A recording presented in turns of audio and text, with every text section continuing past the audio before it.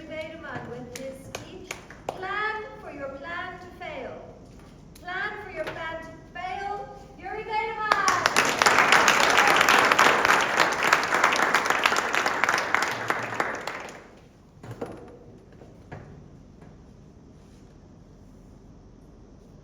2015, shortly after my daughter's first birthday, me and my wife at the time separated.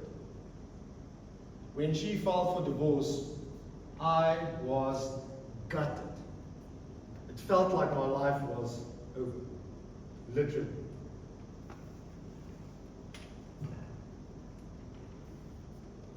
But a year and a half later, by the grace of God, we reconciled.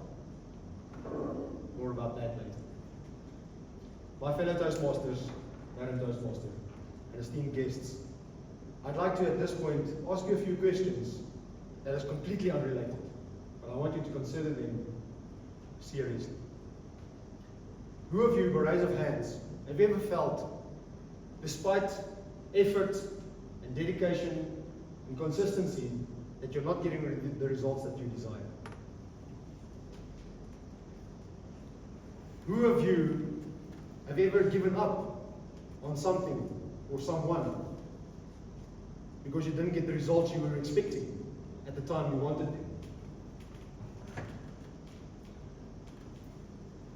Who of you knows beyond a shadow of a doubt that plans don't work out the way they are planned?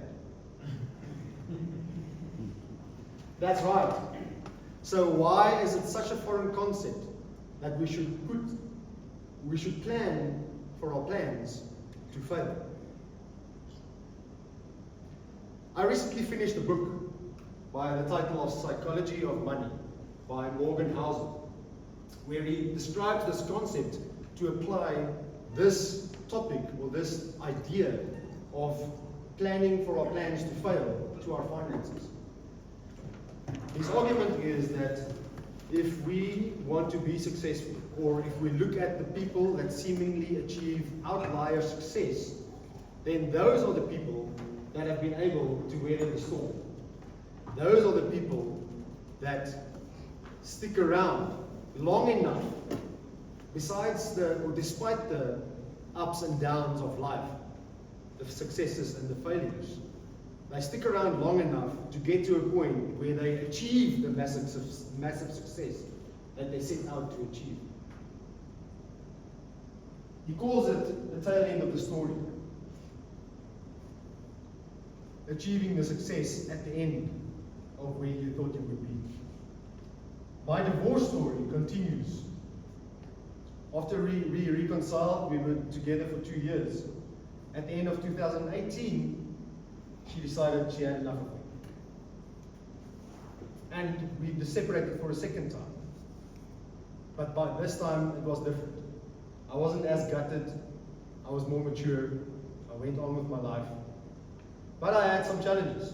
I had to face some serious realities in my life. By the end of 2019, I was at an all-time low. My finances spiraled out of control, with my debt just ever rising as I make more debt and emotional purchases to try and fill this hole inside me. So I decided to volunteer and go under debt review. Ever since then, I've been living on cash only. Can you believe that? Since the end of 2019, I've been able to survive with just the cash in my bank account. It didn't end there though. By the end of by mid-lockdown, 2020, I realized that I had to make some serious changes and make some sacrifices to achieve the goals that I wanted to achieve. I had to sell my house. I had to move into a smaller apartment. I had to let go of a lot of things. All the while trying to resolve my divorce, because at that point I was still not divorced. And I was battling for all my worth just to have time with my daughter. Unobstructed time. Time without some, shall we call it, unwanted parties, and leave it at that. My divorce eventually got finalized by March 2023 after immense battles and emotional ups and downs of hopelessness and despair. Fortunately, by this time, I was able to handle it better than what I did when we separated the first time in 2015. The tail end of the story. I want to encourage all of you to dare to take on new challenges. I want to encourage you that despite your failures in your life, whether it be early in your life or whether it be late in your life, to take on the new challenges. Despite your failures, to take on new risks. I'm taking a few new risks in my life. I managed to find new love. My calling, I feel, is to be a present father in the life of my daughter. My new partner has 3 of her own daughters, so I have the amazing opportunity to be a father figure for 4 beautiful daughters. What a privilege.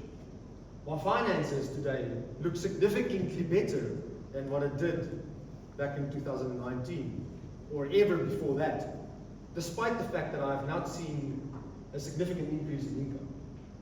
So my message to you this evening is take the risk, dare to go out there, chase your dreams, never give up on your dreams, but keep in mind, plan for your plans to fail. The point Morgan Housel makes in his book, The Psychology of Money, is that you need to leave a margin for error, so that when things go wrong, you have the ability to recover and stay in the game. Stay in the game. Keep fighting. Keep going. You've got this. Thank you.